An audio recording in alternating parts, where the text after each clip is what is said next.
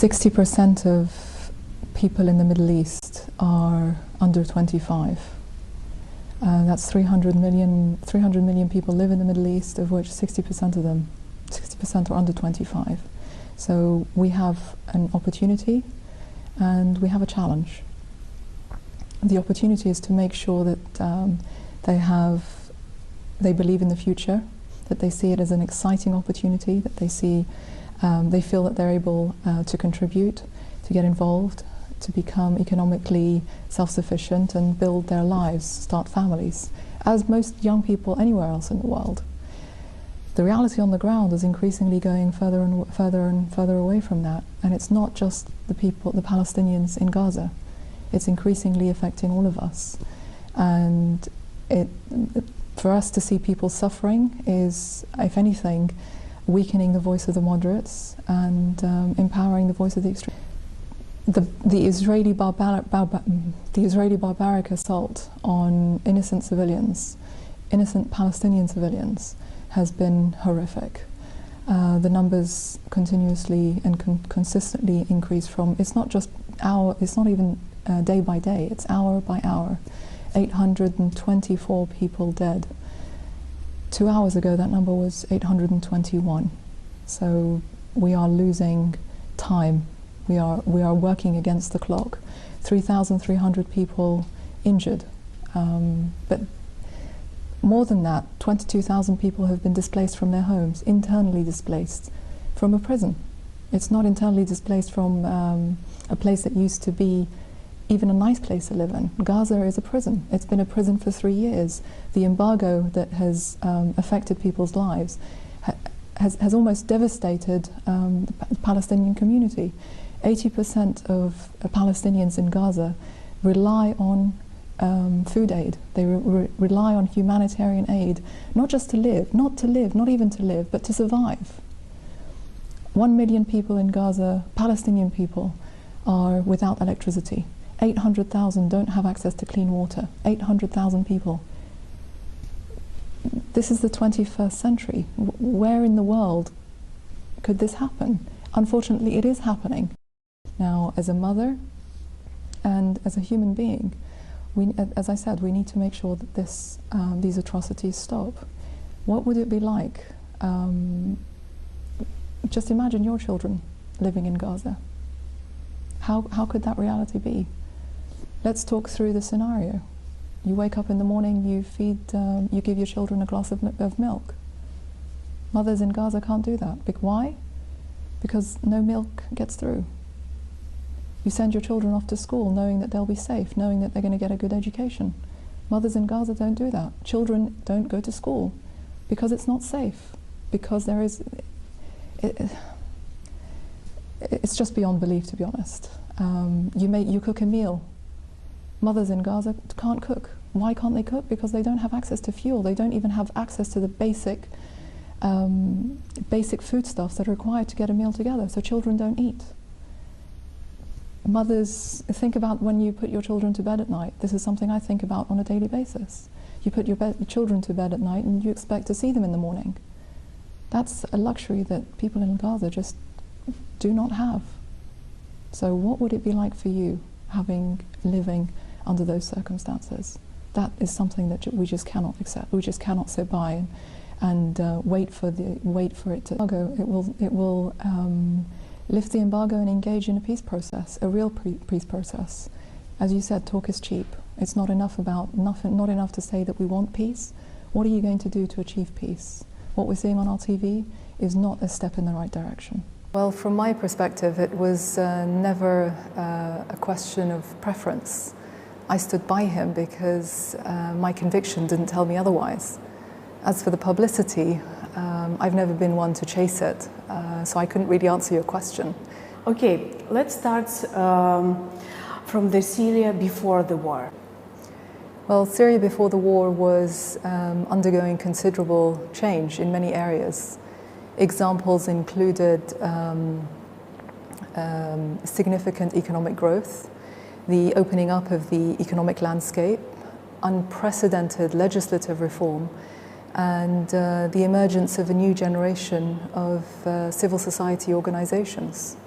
Now, in spite of this progress, no doubt many challenges remained, not least in terms of insufficient economic opportunities for a young population, the unequal distribution of income, the unprecedented consequences of a drought that Syria had never seen before, as well as the influx of over 1 million Iraqi refugees. Throughout all of this, my role has always been to strengthen Syrian social fabric and support its local communities.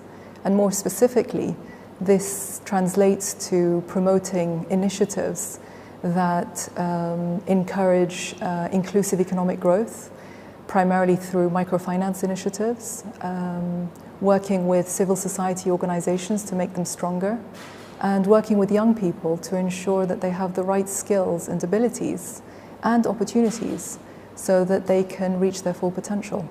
Being the First Lady comes with many responsibilities. I would like to know about your goal at the beginning of this important way. Well, I'm not sure if you know, but I used to be an investment banker. I was heading to Harvard to do an MBA.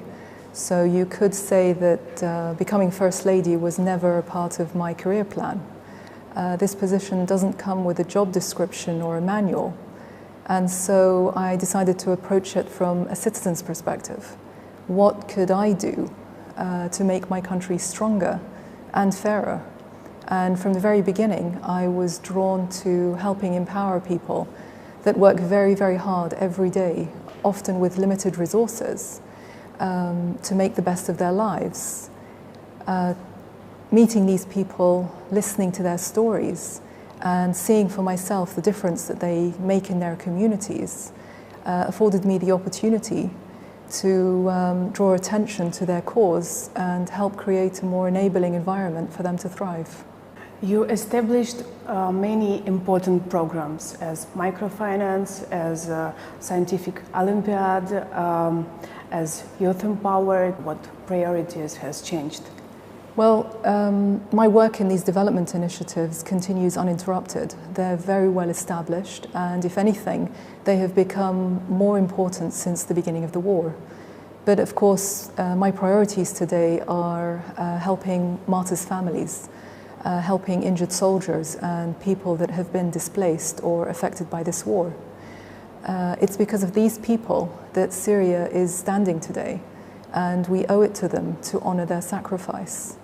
A lot of my work involves ensuring that they have the essential means to reintegrate into daily life, whether it's prosthetics for the injured, or work opportunities for widows, or dignified arrangements for the displaced.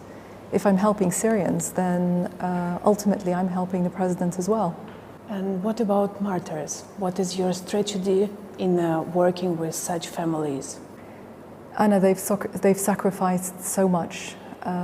It's our duty, moral duty, to ensure that we honor their sacrifice. It's well known that you should never leave a soldier behind on the battlefield. And the Syrian army has been working tirelessly to make sure that the right mechanisms are in place and legislations have been changed so that the needs of these families are met and they are also not left behind.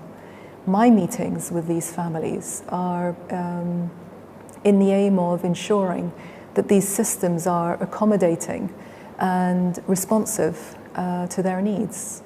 On a personal level, I'm humbled by their determination, their resilience, and their love of Syria. They are my biggest source of strength and hope for the future. But why you would like this work seems to be disappear on the worldwide? I mean, newspapers, channels, they do not speak about your charity or what you are doing today. I think that's a question you have to ask them. I could tell you that I feel pain and sadness, but a lot of other people would say that as well. I think what's more important is what we do with our feelings, how we can channel those feelings into initiatives that can help these soldiers or victims rebuild their lives. So what's more important is what I'm doing rather than how I'm feeling. And do you remember the story about the woman and his son? He's paralyzed. What do you feel talking with his mother? What do you able to confirm her? Again, what's important, I think, is that the social structures, whether it's medical, psychological, or economic, are in place to be able to help these people. That's what they're looking for. They're not looking for kind words or a pat on the back. They need real help to be able to rebuild their lives, and that's where my work focuses. That's not the only case. As much as our soldiers believe in what they're fighting for and why, even the strongest spirits find it difficult to suddenly adjust to having to be completely dependent on somebody else. They have sacrificed so much, and it's our duty to deliberately honor them and make sure that they are taken care of. And it's for that reason we have dedicated teams of professionals that reach out to soldiers and their families and work tirelessly to make sure that the structures are in place. As I said, the economic, psychological and medical structures are in place to help them rebuild their lives. Despite the challenges, and there are many, slowly but surely, these brave soldiers are finding their way again. They're contributing to society and even starting families. And in these troubled times, there are beacons of hope for all of us. You take a great responsibility because you have, I don't know, thousands of requests, and you promise to everyone to do everything the best of you. Why? It seems to be impossible to help each person, to help each wounded soldier or displaced or family who has kidnapped. You heard the stories as well as I did. Could you ignore them? That's impossible.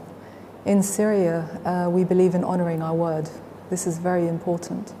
And I offer the help because I'm confident that the necessary arrangements are in place to be able to address these needs. I'm able to mobilize a very strong, extensive network that has been built up over the years of government, civil society and private sector. And experience has meant that most of these requests can be handled through these established channels.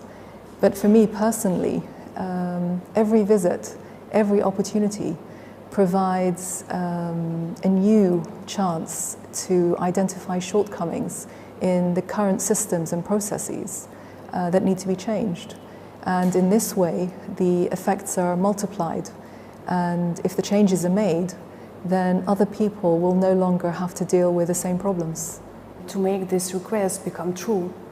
Well, as I said, first of all, in Syria, our word is our honor, and this is very important. And obviously, the people that work with me share this belief and work within this conviction. Beyond that, I'm a very firm believer in systems, in institutional frameworks that ensure that responsibilities are clear and targets are clearly identified. And by the way,